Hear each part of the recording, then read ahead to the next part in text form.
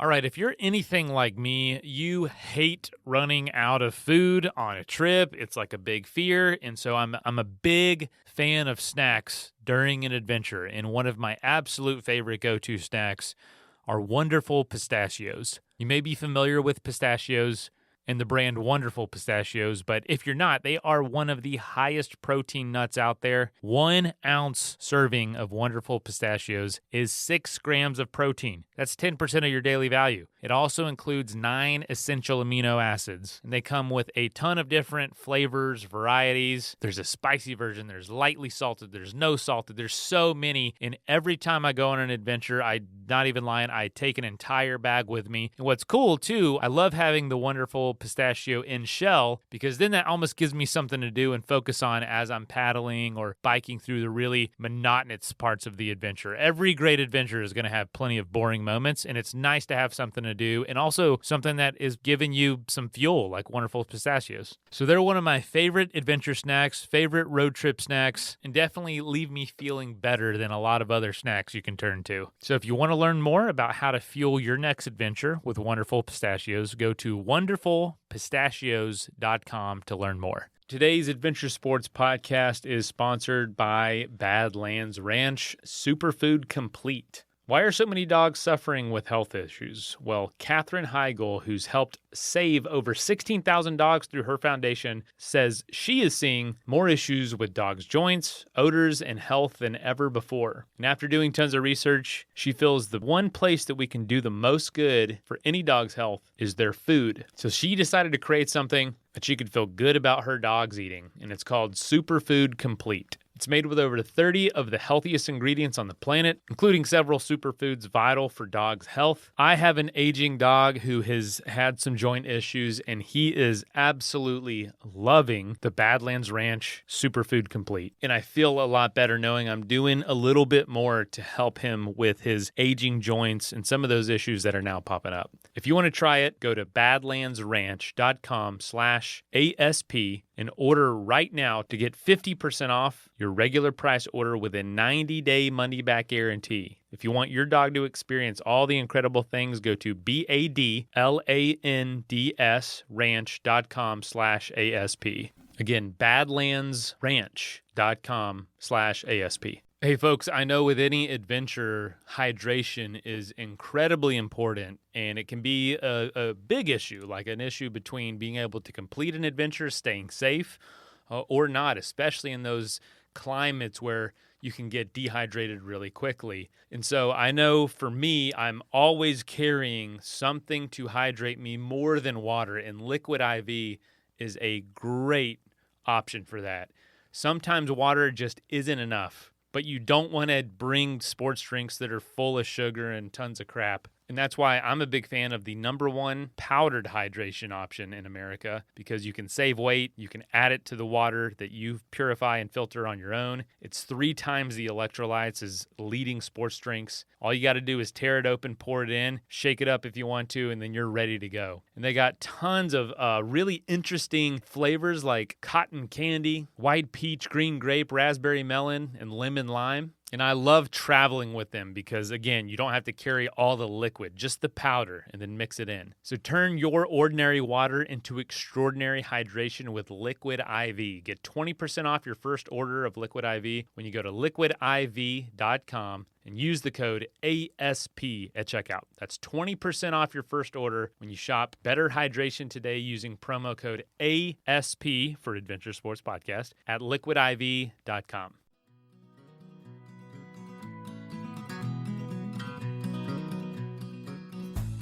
Hey folks, welcome to the Adventure Sports Podcast. I'm your host, Mason.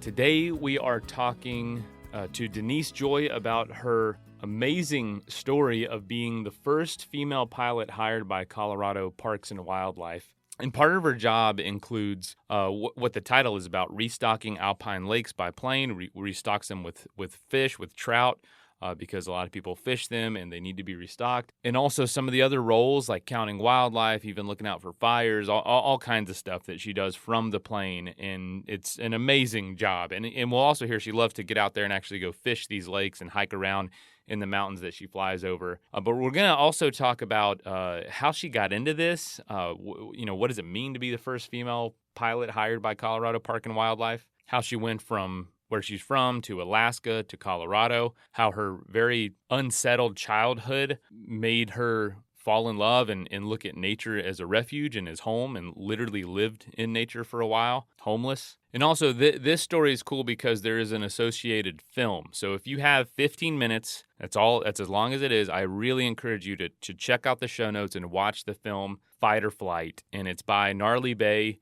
who I'm a big fan of. They make some awesome films. And it's, like I said, 15 minutes long. It's so beautiful. I mean, it's the visuals that are just unbelievable of what Denise gets to see every time she goes out. And it talks a little bit more about her story and things we didn't touch on in this episode. And also, she's been on some other podcasts. I encourage you to just, whatever podcast app you're using, search her name, and you're going to hear more of her story, different things. It was a really cool conversation. And I was traveling, so I'm talking from a place I don't normally record, so the audio is a little different on my end. I apologize for that. And also, we were doing a book giveaway for last Monday's episode, and we are going to give that away this Thursday. So if you have wanted to enter that, be listening on Thursday and we'll announce it. All right, let's dive in.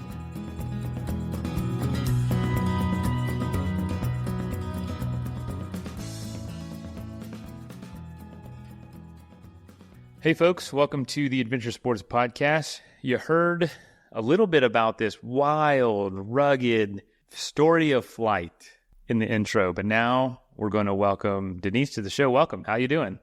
Thank you for having me. Thrilled to be here. I'm excited, Mason. I'm excited. I'm excited too. This is not nearly as exciting as flying in a Cessna across the mountains, which is just like, is there anything more glorious than that? I don't know, but it should be fun. As fun as a Google Meet call can be, it's going to be awesome. We already raved about your background, but what I didn't ask is where you're coming from. I know you're at your house, but where is that? Right. Today it's Colorado. I live in Colorado. I work in Colorado. I'm from New Hampshire, New England. We moved 26 times. So East Coast. And I definitely have 26 times growing up. Yeah. Before high school, we had a lot of housing instability. But so yeah, I call home. I just crossed, how you live as an adult longer away from home than you. So I'm officially have crossed that threshold. Like I've lived in Colorado longer than I have anywhere else. And I love the state. I love the wilderness here. It's and I've been to Alaska too. I'll always love Alaska and miss Alaska. That's got a sweet spot in my heart forever. But yeah, Colorado's where I don't even know where you're at. Where are you calling from?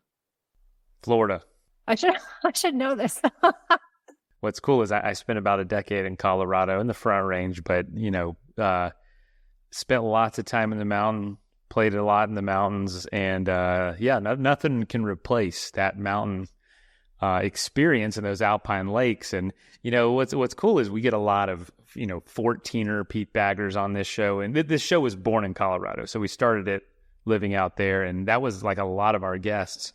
And I would always tell people, like, summiting is never the goal to me. It's getting to the lakes. It's getting to where the wildlife and the trees are. Something about that is just, it was a better experience than being on top of the mountains.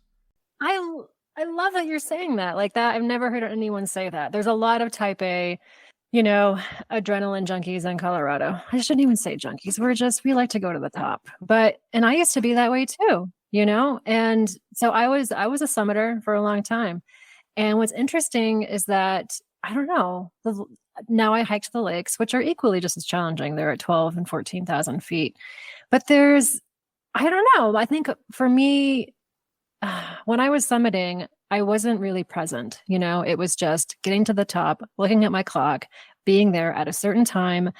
I wasn't really adventuring and being present. And I think going to the lakes and fishing, that really honed in just yeah, being present in the moment and and like deregulating my nervous system and relaxing and just having that connection in nature. And when I was summiting, I didn't really feel like I was connecting in the wilderness. It was just like checking off a box. And so I love it you said that. Yeah, I thought you were going to be mad at me. You're like, really? You don't like the summit? You wuss. No, no, No, it was come on. it was like those last few hours spent getting to the top, and it's all rocks, and I'm like, life is not up here. It's alive, it's awesome, and it is beautiful, but like life and the animals and the things that call this home are, down there where the lakes are, right there at that Alpine level. That was where it was, and you can also stay out of the weather there a little more easily too. We always have the afternoon thunderstorms, which you got to get down to that level anyway by the time that starts. So if you just stay there, you get a lot more time. So, you interact with these lakes in a really unique way by restocking them. And I think we should talk about that some too, because it's like, I am very limited on my knowledge of how that process works, why it happens, how it happens, and the decisions. And when I was watching your film and I saw literally like a Walmart measuring cup full of trout getting dumped into a bank, I'm like, what is going on here? I don't know anything. It was so funny when I saw that scene. I'm like, wow, I have one of those at home and you're dumping fish that are going to be put at 12,000 feet in it. That was so funny. I know. Not a whole lot of funny moments in the film. It's hugely inspiring though. But take us through, what is your, if we can back it all the way up, what is kind of your trajectory into adventure? I know it touches on it in the film with childhood. Did you have to discover adventure yourself? I know that you probably have a unique connection to nature compared to a lot of people you know. I was definitely one of those kids, thankfully born in the 80s, like where we could just be outside until it was dark outside. No supervision. My mom was a single mom, so I don't know how I don't know how we're still alive. We're just out, and you walk in the woods as far as you can and as long as you can until it's dark. And then, oh shoot, now I got to turn around and go back home in the dark, and you just make it to home before dinner. And it's, I would say though, adventuring, I was always in nature. And because that was the one thing that was constant when we were moving so much, and we were actually homeless in the woods for a couple months. So, but I would say adventuring, I would have to say I was hiking in Europe with my friend who I met. She was an exchange student in high school. She was from Germany. And so I met her after high school graduation, and we went to the Chamonix, and we did sort of part of the, Tour de Mont Blanc, around Mont Blanc, and, went to like different Alpine huts. And that was really the first time I've been to the Alpine huts in the AMC, when I was in high school doing Mount Washington but nothing really like on my own, like outside of a school trip. And that was really the first time. I will say she is very, very European in the fact that we got off the train station, and most people would take the bus from the train station to the trailhead. And we did not. We hiked up the pass, like back and forth up that like pavement road, all the way from the bus station to the trailhead before we even started hiking. That was the first day. I was 19. I was just thinking, this is like, she's hardcore. She's like she's an adrenaline. Like she'd be a summiter. She is like, the 14er summiter. But it had to be shocking too to your system. Like, oh gosh, this is, so many things you try the first time are not fun. Oh my gosh. Yeah. Just classic, like packing too much, way too much gear, way too much weight, just that classic, newbie first timer. But also, like, as I was getting it handed to me, I was thinking, God, this is just a lot of fun. Like, I really want to get good at this. I was so weak and not prepared, in the sense of like my body just has never did that kind of activity before, for multiple days. But I really loved the challenge of it, and I think that's really where I started. So when I got back to New Hampshire and I was going to flight school at the time, I actually worked at Eastern Mountain Sports. Because I, got back and I wanted to get the gear and I couldn't afford the gear. So, what you do, you just work at the mountaineer shop, and that's how you pay for the gear. And and through that experience, I met a lot of outdoors people. I think I really, I really am a black sheep of my family. Like even to this day, like my brothers, I have two brothers, they are homebodies. No one in my family is an, outdoor adventurer. So I think for me, it was challenging, right? Making those new friends, making those connections. And I never went on camping trips when we were young, and like hiking trips, or I wasn't shown those things as a kid. So I really had to develop that as an adult. And so, yeah, that started when I was after high school and in my 20s. I guess that's my long answer of how I started to adventure. And it never stopped, I just, it really is a part of who I am.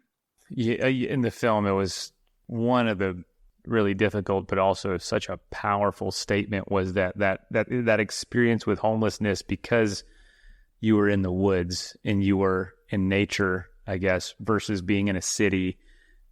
Nature became a home in a way. I'm like, wow, I never would have thought that would be how you learn to love the outdoors. But to you, that's how it happened. And is that true?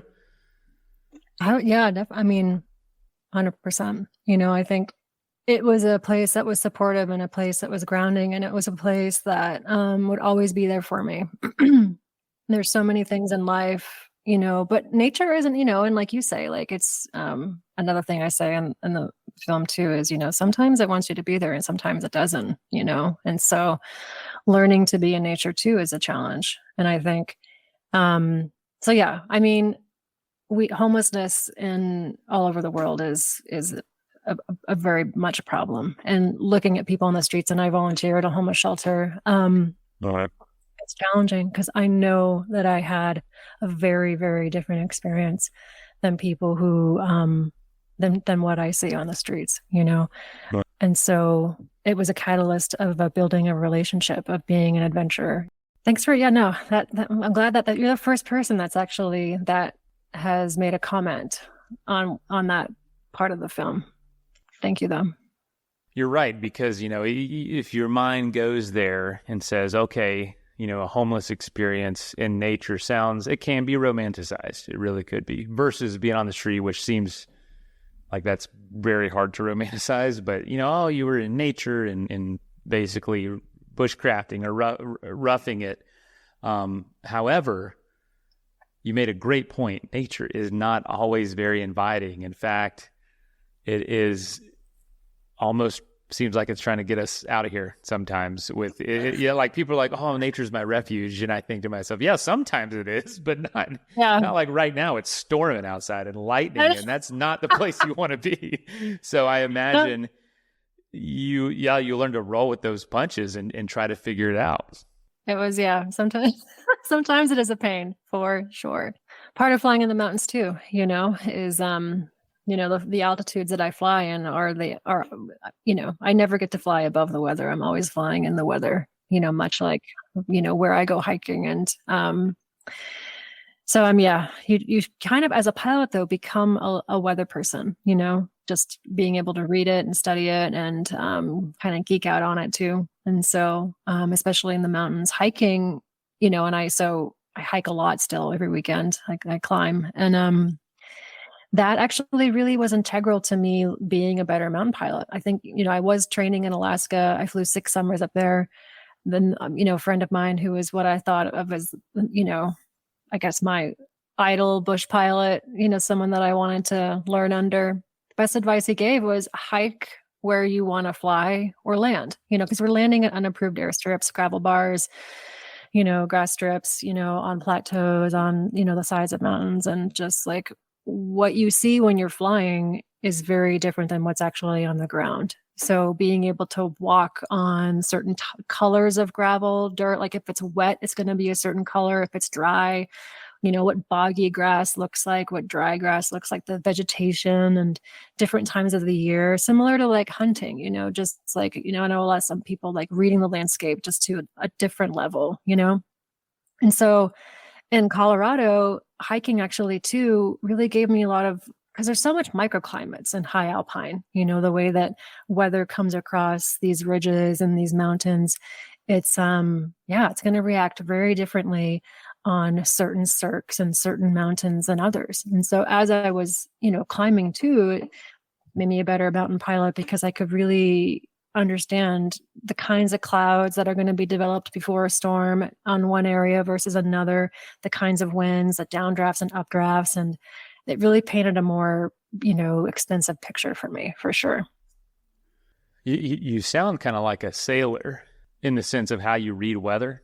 And like when I was blown away hearing a friend of mine who we've never talked about weather, hearing him talk, he's a sailor, sails around the world, and hearing him talk about the ocean and the waves and his intimacy with nature, the weather, and like reading it is so extreme. And I'm sure that's almost identical to how you have to be because the stakes are so high.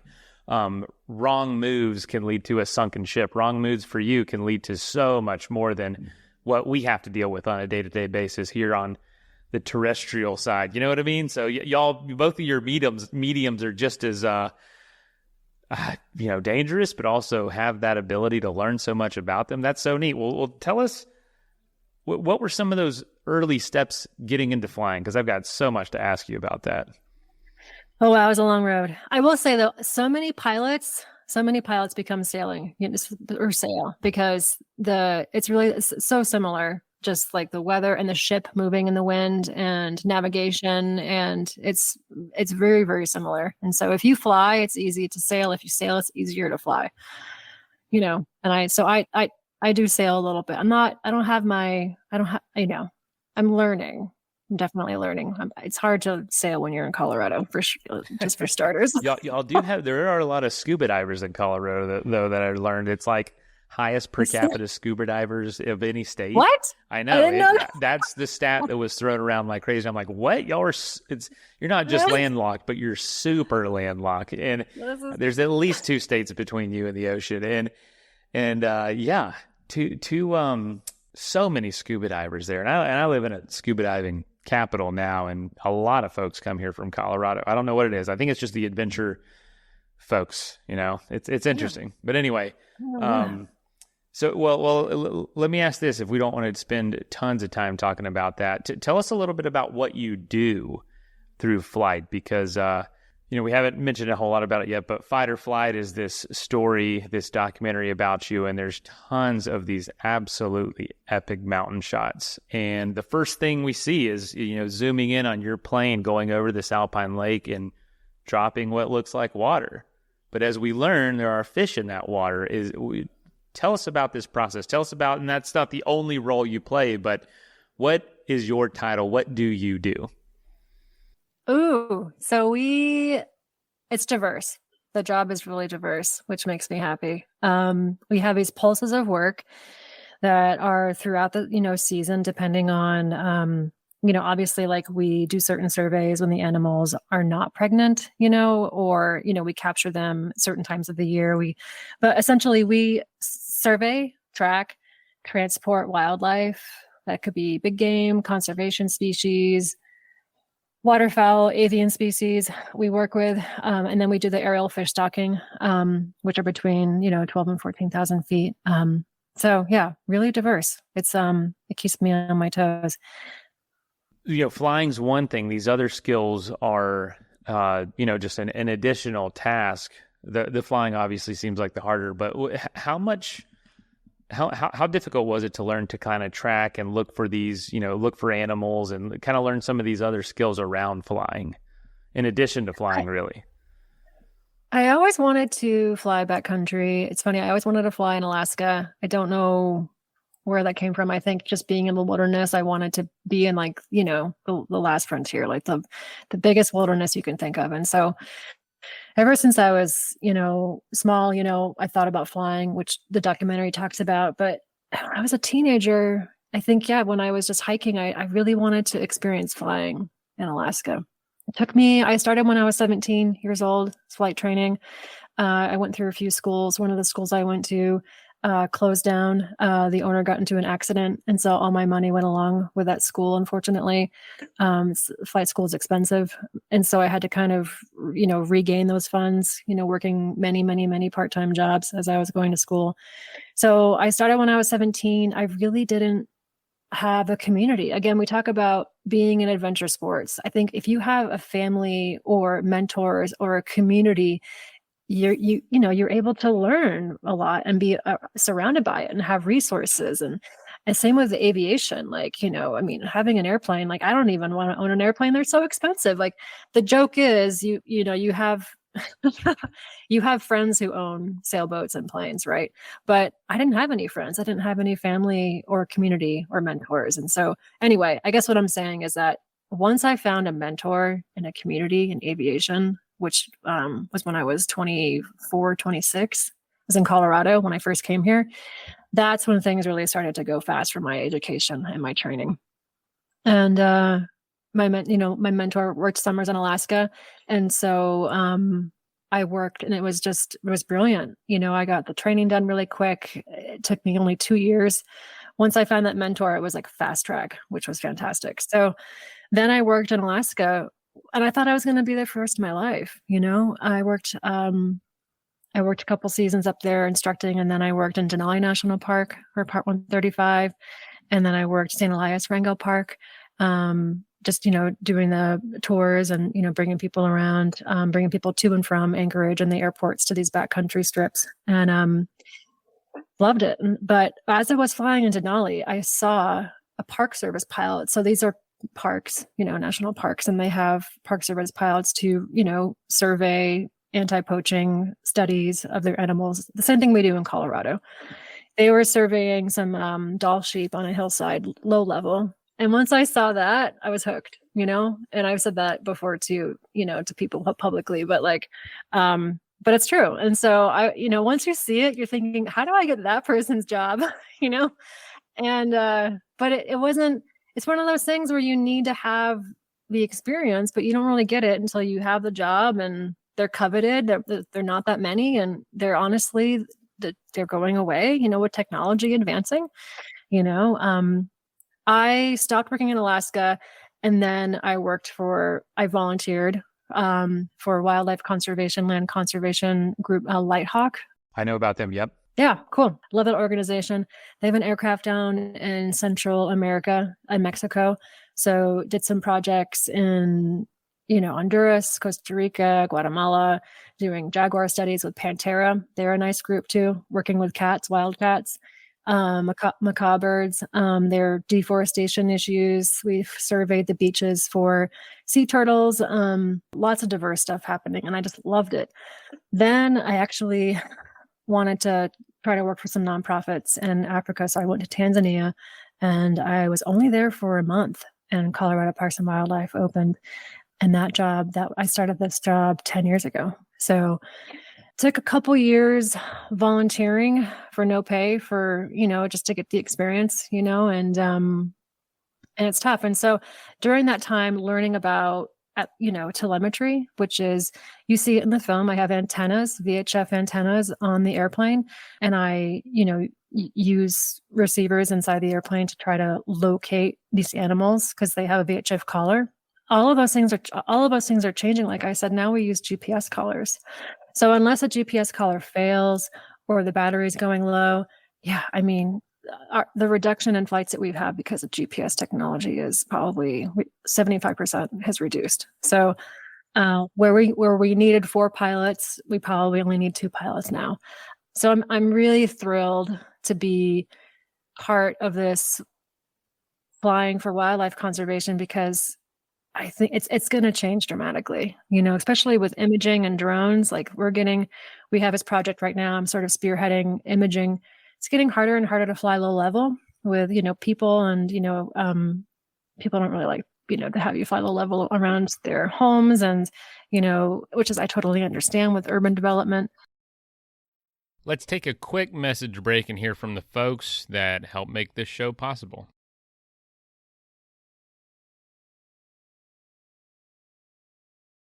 That is plenty of that for now. Let's get back into the episode. That's really interesting. I didn't realize it was going away. They use that a lot here for tracking our Florida panthers, and which is a mountain lion, and then our black bears is done with Lighthawk. They've done some work in a documentary that was recently reproduced by the office I'm in called Path of the Panther, and we I love that film. Yeah, Yes. I'm in their office right now. Like, Serious? Gosh, I met the director, and I think it was Big Sky, and it's great. It's such a great film. Yeah. great people. But that's how I learned about Lycahawk. And it was so cool. It was so cool to see that footage in that film and to hear how diverse your work is, and what you've done to get there. Tell me this: once you identified that role that you wanted, how much harder was it to get than you thought it was going to be? Because I know it wasn't easier to get. I think it's always harder. I think there's a tenacity to it, like when you know you want something, and it's just like, I am going to talk to every single person that I know and this is 2012, 2013, like not, social media wasn't there. Like I didn't even have a smartphone yet. I think I had a Skype phone number. I was kind of off the grid, but I made a spreadsheet, old school. And I every day I would try and just network. And I still have a spreadsheet on different, and what's interesting is I still have that spreadsheet, and I still meet people who I talk to about different nonprofits all over the world, and which is great because things can sometimes circle back, right? And you re-meet them, and you can. So just recently, I went to Zambia this last fall, working for Conservation South Luangwa. I originally reached out to them 10 years ago to try and fly for them, and it just didn't work out, the timing. But I kept them on my spreadsheet and re-engaged with them, and so I was actually there flying as a relief pilot for a month. And they do surveys. Their park is about the size of Yellowstone, huge, and without the same resources as Yellowstone. So they do grid work. They fly for anti-poaching. A lot of it's snares now. They think they probably estimate they have 5,000 snares in their park, like a large amount of snares from, people who live there that are trying to get bushmeat. But unfortunately, they leave them there. They forget about them. And then elephants and different animals get poached. And they do a couple cool projects too. They have one on wild dogs and lions as well. But so anyway, so I made this huge spreadsheet on just trying to just tap in, just finding, you just need that one person, right? How do I say this? It's always about maybe not who but kind of who and just, I've always been someone to just reach out, and I'm really comfortable now asking for help, and just asking for help, and just not necessarily on how do I get the job. If you call somebody up and ask, how do I get your job? You're not really going to go so far, right? But if you call someone up and you say, can you give me advice on things and skills that I need to maybe be in a position that would be, beneficial to your company? Or, I think once you reframe it and you ask for advice, people are really more apt to tell you more of their story or give you advice, right? Rather than just asking, how do I get your job? So I think that really changed for me too. And that was something that my mentor suggested to me. Just trying really hard to learn as many things as I could, so that when this job opened up in Colorado, I was a good applicant. I had a little bit more experience than the other applicants, because there was a lot of people that obviously applied for this job, and it was the hardest job I ever got because there were so many applicants and only one slot. But I bet that was satisfying. I did not expect career advice to be part of this conversation, but here we are. This is great. You never know what's going to go. Never know. It's let me get career advice from a Cessna wildlife pilot, something that I will never do. I can confidently say Colorado Parks and Wildlife. And not only that, the first ever female pilot for Colorado Park and Wildlife. Did you know that when you got it, or was it very aware, or was oh my God, I didn't even realize this? Oh, I sure did. Yeah. I mean, I'm sure it's obvious when you're there. It was pretty obvious, and I'm a petite woman. And so there definitely was can you, are you strong enough to do this job? Can you handle the 185? Yeah. Well, tell us about that. I mean, is it a lot of just work to fly these things? Is it just muscling this thing around like a raft in a river almost? Sometimes when the winds are strong, you definitely have to, you are manning this ship, or womaning this ship, whichever. You are you're moving this, just like a raft in a river, for sure. I've rafted, definitely not the same level. But but it does there is no autopilot in this aircraft. So I am definitely moving this thing with my hands. But what's funny is, I will say this. I was talking to somebody who builds trails as a woman, and she is a smaller woman. And it was interesting. We were talking about this because I do definitely get a lot of questions on, the way the 185 flies and the way that their flaps operate.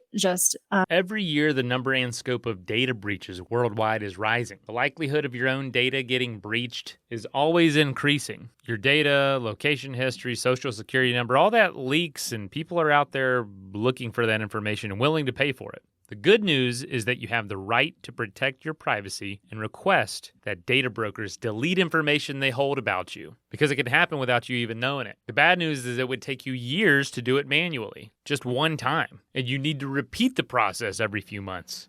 And this is how Incogni can help you put an end to this problem. They conduct repeated removal requests, which means that whenever a new record pops up on a data broker site, Incogni will automatically take care of it. The whole process is automated. All you got to do is create an account and tell them what personal data information you want to be removed, grant them the right to work with you, and they will contact data brokers on your behalf, and then just kick back and let them work.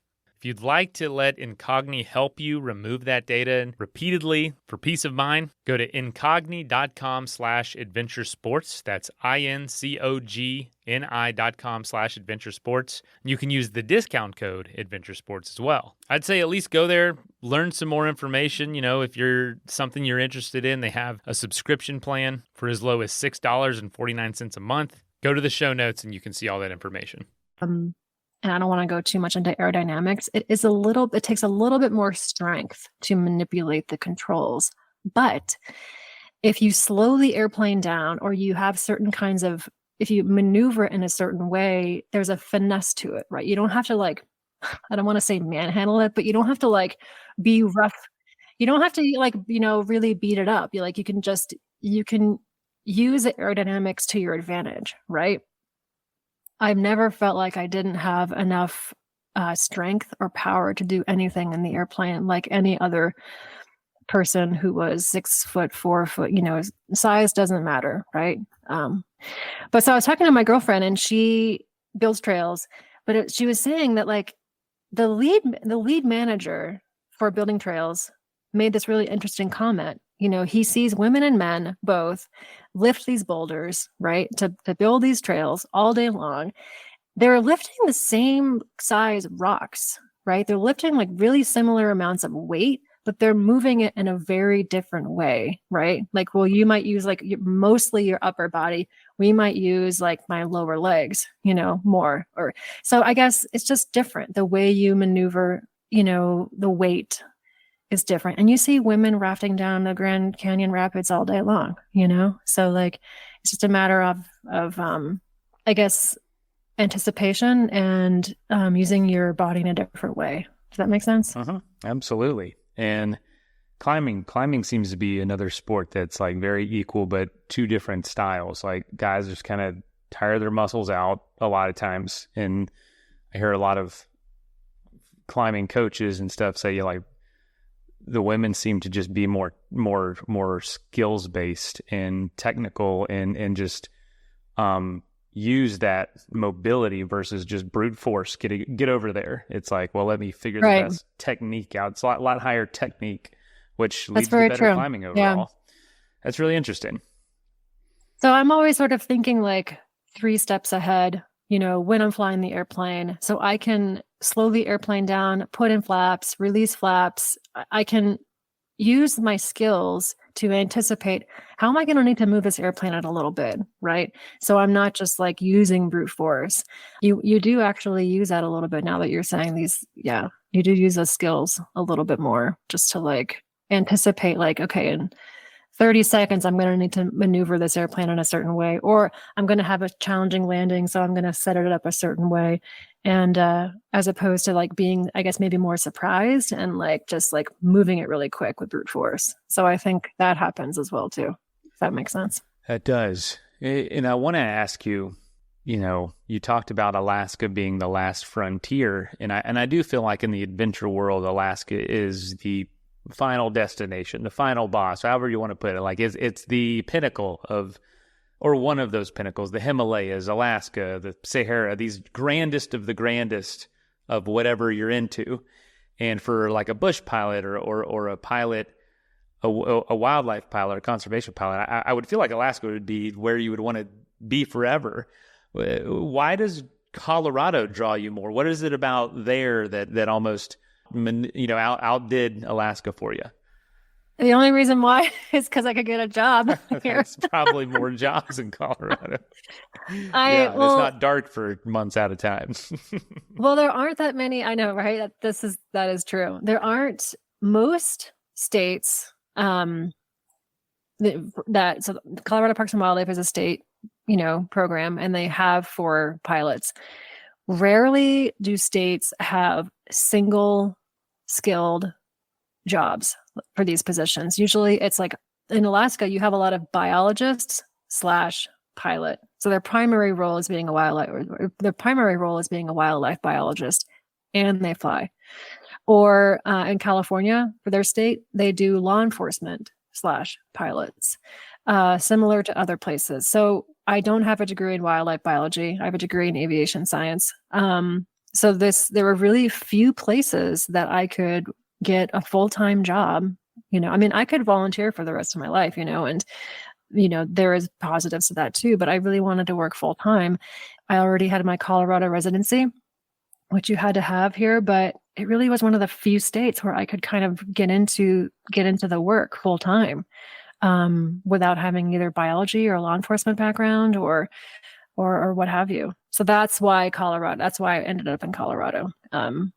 And you can work for BLM and, Park Service pilots. They're different schedules. Like they are changing their schedules. They're not full-time year round. They have months off, or they're contract pilots. And that's, it's fine, but there are other organizations that you can work, but this one just fit me. And I learned to fly in the mountains in Colorado, and, and I just, I love it. It's awesome. Just like, it's beautiful. So it's so beautiful. Well, let me ask you this: the film Fight or Flight shows a lot of you like restocking these alpine lakes with basically minnows, miniature small little fish in that will grow into full size trout. How much of that is how much your job is that job? And tell us about that role specifically.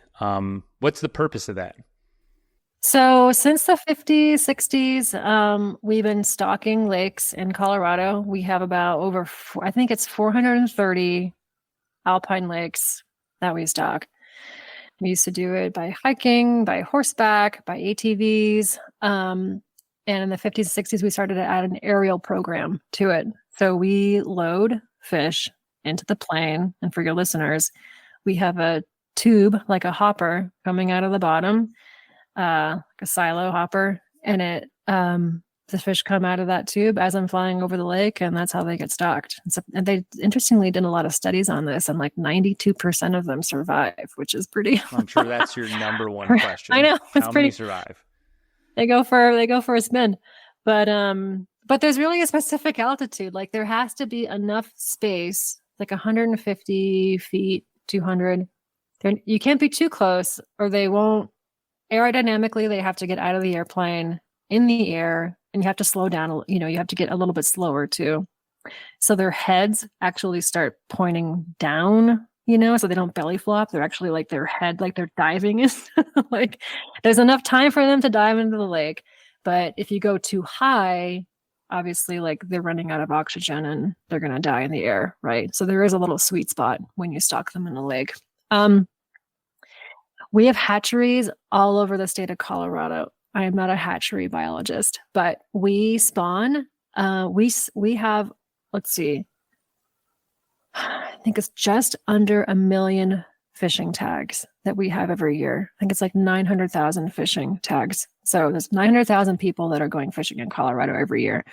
I think we spawn like 3 to 4 million fish in Colorado. So we make fish to support the recreation of anglers, right? The demand is higher than what nature would naturally spawn, which is tough, right? So we are we are creating fish for recreation, but it's tough because there are so many people who want to recreate, right? And there's a deeper conversation with that. But essentially in Colorado, the way they manage their wildlife is they want to, support the recreation, and so they spawn and create fish for the anglers. So we still stock huge reservoirs and lakes for people who do a lot of the fishing in the eastern part of Colorado. And then we stock every year. It rotates. We have about over 400 high alpine lakes. We do about 200 every summer. Yeah, they're naturally, they would naturally be in those lakes, just not at this level. Some of them, yes, some of them, no. But they were spawned. How do I say this? They were spawned. They were stocked before the 50s, by like trappers and there's certain conversations on like who were the first people that actually moved fish around, because we've always been moving fish around as we've been going into areas. But it's really specific now, the science, because we have different drainages that go to different parts of the states, right? We have the Rio Grande drainage, we have the Platte drainage, we have some that are cutthroat, some that are, different genetics for the different types of water and temperature of waters, and they're all separate. So we have to be really careful about the genetics of the fish. And anyway, so we do that. We have certain areas that we do in the beginning of July, August, September. So depending on when those fish are kind of healthy, they pass all their disease tests, they're ready to go, they're the right size. That's when we stock them up. We put them in the aircraft and we, bring them into the mountains. I'd say, it's a part of my job. It's not 100, it's not the biggest thing I do. It's probably the most exciting thing visually. That's why it was in the film. It's also the hardest thing to capture on film, because a lot of the lakes that we fly to are wilderness areas or national parks, and you can't fly there if you're not. It's kind of a dream job because I can fly to these areas because I work for the state. If I was just a private pilot or a commercial pilot, you have to get a permit to fly in these areas, and it's a hassle. And so that's one thing about making the film was, we had to get these permits, but it was easier because they were just following me do my job. It wasn't like, it was like a artificial commercial, like Hollywood project. So if that was the case, getting permits for that is such a pain. I can imagine. You had to do this anyway. So, if there was any Hollywood execs wanting to capture this, they'd probably just have you do it anyway as your job. That would make sense. Spot you. Can we just film this real quick? But it's never really been captured to that extent. And so the images in fight or flight, right when you watch the first few minutes, so beautiful to be able to capture that, and that was done not with a drone, but with a helicopter. So the director, Lindsay Hagen, did a fantastic job. It was a really bad fire summer, and there was not a lot of helicopter pilots around. And she found one, a fantastic, pilot. And then, John Prattman, the shot over camera operator, was fantastic. It was a dream, to have them come along. And I'm sure you've never seen those angles either. No, I've never. So yeah. And I try to share, and that's the thing, so originally this film was supposed to be about, being a first woman pilot, showing what I do, because I didn't really feel like it is shown, and it really evolved into, how do I say this?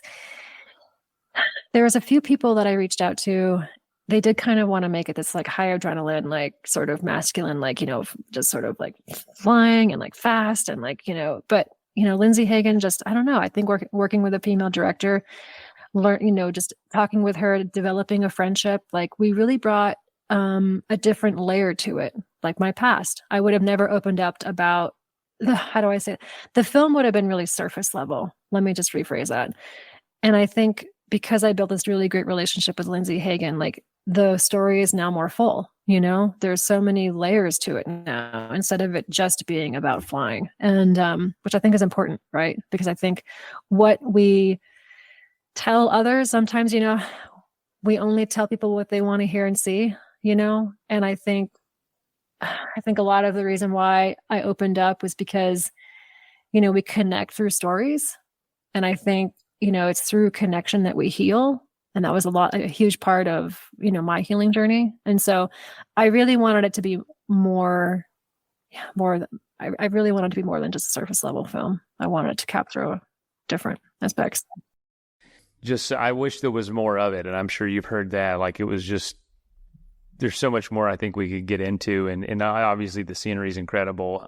What's something that you think, you know, obviously a lot didn't make the film, but what's something you want the audience to know that didn't make the film? Something that like important to the story or important about you that you think they should know? Wow, that's hard. It's hard. I will say I have good news. I Probably not as hard as flying a plane, so you can do it. I'm actually working on a book proposal to do like a little memoir. So we can like dive into some more of these topics because a lot of people have had questions. And so hopefully the publisher will pick it up, but I'm in the middle of doing a proposal right now. Because there's so much, you know, that it was 14 minutes and there's, you know, little ticks here and there that are little nuggets that you want to learn more about. Hopefully you do the audiobook version too. You got a great voice for it. Really? Oh, Yeah, thanks. I think so. Mason. Oh, Coming from you. No, it sounds really, I mean, it might be the mic. No. I know. No, I'm just joking. This super high-tech mic. I know that gave me such sounds good. It'd be great, Rhett. I think one thing in the film, so I hike to these alpine lakes, you know. I think when we talked a little bit about, you know, how nature is a big co-regulator or just how it's I started fishing and I didn't like it. I'm just going to say that. When I started fly fishing, I was just massively too impatient for it. I was like, this is not for me. Like, I got I got things to do. Like, I want to go somewhere. I don't want to have to stand I want to here go and somewhere. I got to fish. move, you know? And it is such a moving meditation, you know? And like, if you're frazzled, you're not going to catch anything, you know? Like, you have to. And so I think learning how to really be present, we talked about that too. Like, so stopped summiting and I started hiking to these lakes. Over 100 of them. Yeah. So I've been to the biggest joke is as I was learning how to fly these, my co-pilot was like, I was like, oh man, these are really pretty down here. I really want to hike to some of these. I kind of want to hike to them all. And my coworker was like, yeah, why don't you do that? And he's like, cause it's like over 400. So I have been for the past 10 years almost. It's like a full-time job trying to get to these lakes. I've been to over 100 now, folks. Oh my gosh. I'm pretty excited about that. But I will say I'm pretty spoiled, right? Because when you fly, I get this bird's eye view on like which lakes are really, you know, the ones that I really want to go to. So I do feel like I have a leg up on that, which is, you know, I'm sorry, folks, but it's been kind of my jazz. So every weekend, like I get really excited about it. Like I'll fly during the week and then during the weekend, you know, I'll pack up my backpack and go with my partner and just be in the wilderness every weekend. And like, it's so amazing that we have enough public land in Colorado to do that. Cause not every state does. And anyway, so it's been, yeah. So, and some of them, it's interesting. I've definitely been surprised. Some of them have been like way harder than I thought. And I've been hiking now for over 20 years. Well, I don't want to say that, 15 years. There was definitely a couple where I really underestimated how long it was going to be, how hard it was going to be. And one time, like, yeah, just we ran out of food. It became this like little epic adventure, you know, just which is embarrassing to say, right? You know, you're a professional like, you know, outdoors woman and, you know, running out of food. Like, no way. How does that happen? But so anyway, sometimes you get surprised. Sometimes they aren't, you know, you have these you have these adventures that aren't so fantastic, you know, sort of type 3 fun, you know, situations. It's not fun looking back either. So There was just, well, the thing is, okay, this time we ran out of food. It was a situation where we were hiking. We were going to go to this lake. It was in the Needles in the Southwest, which are gorgeous. I love that area. And the not the Sangre de Cristo, sorry. The, oh my gosh. Anyway, the Needles down in, I should know this. So we were hiking and we see 2 other people and they say, no, you really have to go to this other lake. It's fantastic. So we did like a pivot right in the middle of our trip. And as we're, you know, they were telling us where there was a sort of old, you know, hiking trail, like, you know, like a tracker trail or something. And we just missed it. We just got lost. We got so lost. And we ended up hiking through like 5 miles of a scree field, like where an avalanche, you know, came down.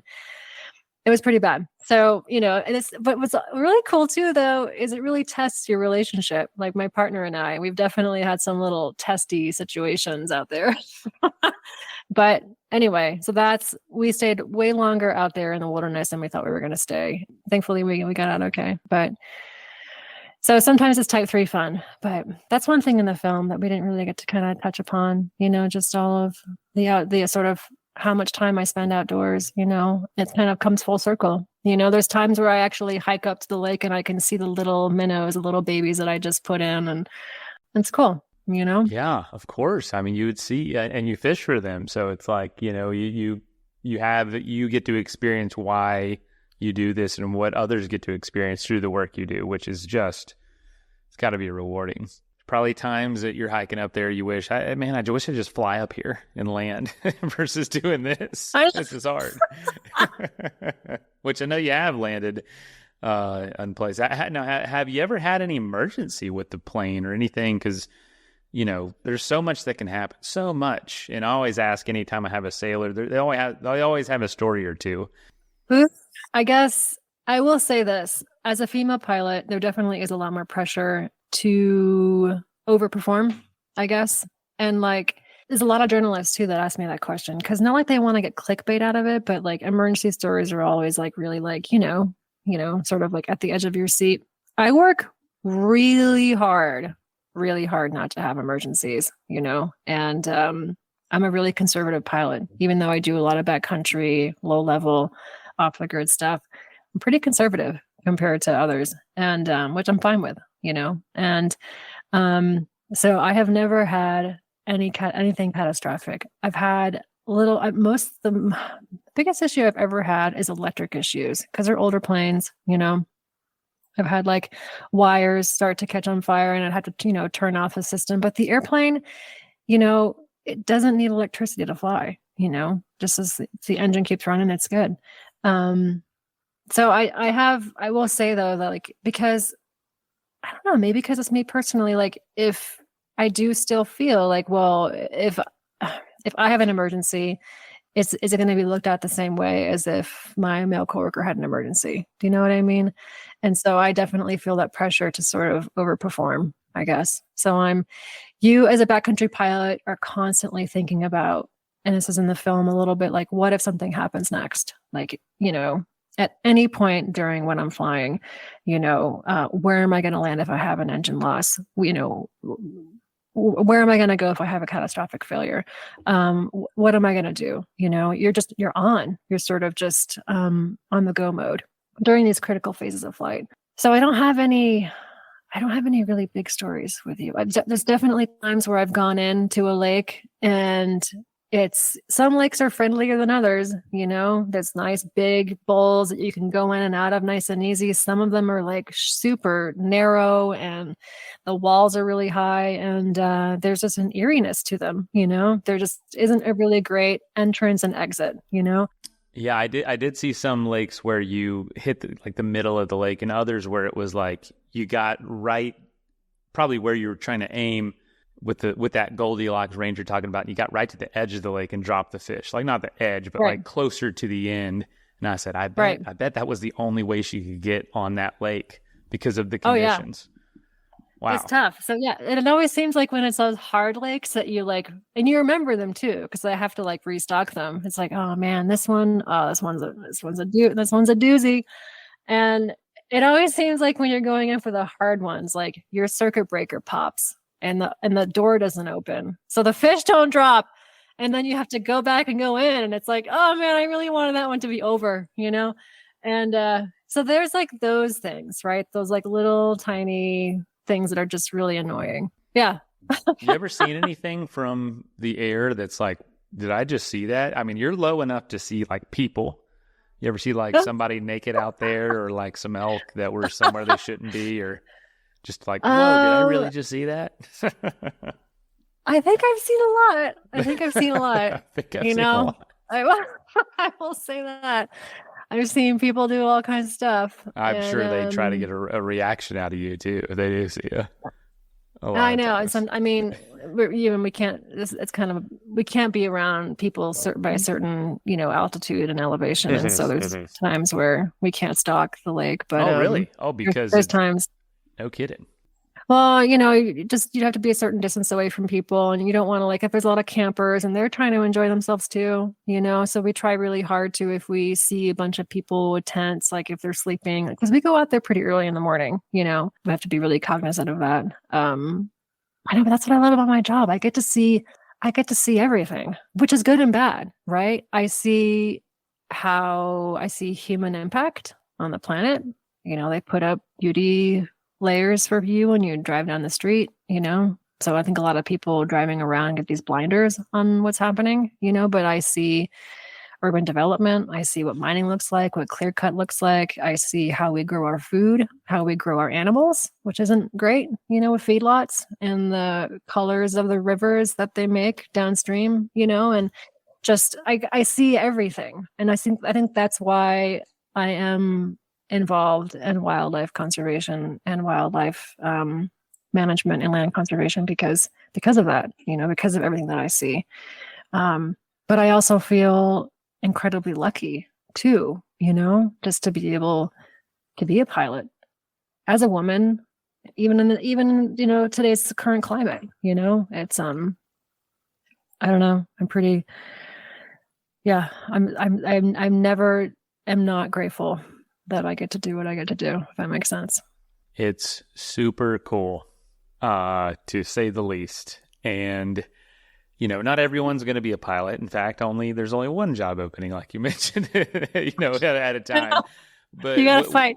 What would you say for folks that aren't pilots, that maybe don't aspire for that, and just, you know, knowing there's not many that get to see the point of view that you do and do the work you do? What's some ways to maybe get involved in conservation or get involved in protecting these places we like to adventure that you've seen from kind of your average nature enjoyer?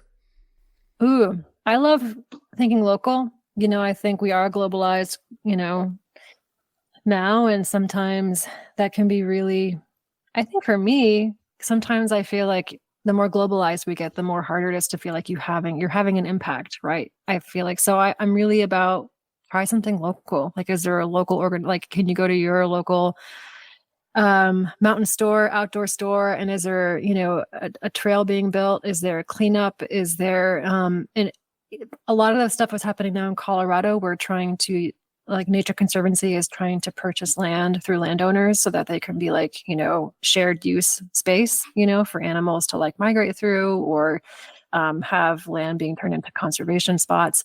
I'm really about, like, getting involved on voting, like voting for your representatives who are in support of, you know, having public land and, you know, having areas to conserve so that we can keep recreating outdoors. I think that's really important.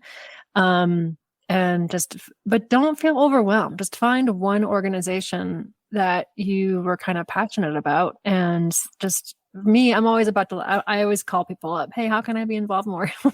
You know, like locally, or sending you $5.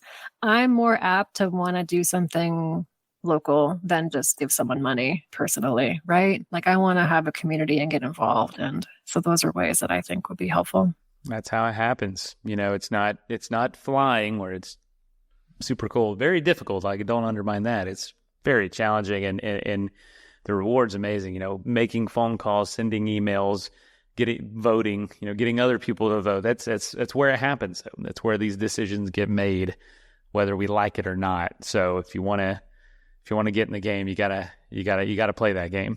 You got to do it. So that's awesome. Well, we're going to point people to the film, Fight or Flight. And it's super quick. Anybody watching this, listening right now, before you go into work, if you're there 15 minutes early, pull it up on your phone, pull it up on your laptop, watch it then. Get home tonight, watch it with your family. If you got little kids, it's short enough that they can, stay engaged. It's amazing. And the story's so cool. And I'm looking forward to potentially a book and diving in a little deeper. Oh, yeah. Okay, Me too. that's going to be way harder than learning how to fly. From what I hear from other adventurers, is writing a book's no joke. So It's not. It's like 2 years. It's like buckle in. Oh yeah. Like, oh my gosh. Yeah. And you even said flying was easy. So that's maybe it'll be easier. Well, flying is easy compared to like that's in the film too. Learning how to fly is easy compared to, like becoming the person that you want to be. Like for me, like this, my healing journey through my childhood, which, the film talks about. I think it's important to, I think flying is hard. There are challenges that we all have challenges too, Absolutely. Well, anything else you want to share with listeners? Thank you for having me, Mason. No, just thanks for listening. And, I think time, how we spend our time and how we give our time is huge, right? And I'm just honored that all of your listeners got a chance to be here. Thanks for taking your time. First of all, thank you so much for listening. It means the world to us that you choose to listen to the show. If you'd like to help us further, you can leave a review on iTunes, share us with your friends, your family. It goes a long way to grow in the show. You can also support us financially through patreon.com/adventuresportspodcast. Link is in the show notes. And also, if you have an idea of who could be a good guest for the show, we're always looking for people to tell their story about the outdoors or adventure. So if you know someone, please reach out. Email us at info@adventuresportspodcast.com. And until then, get out there and have some fun.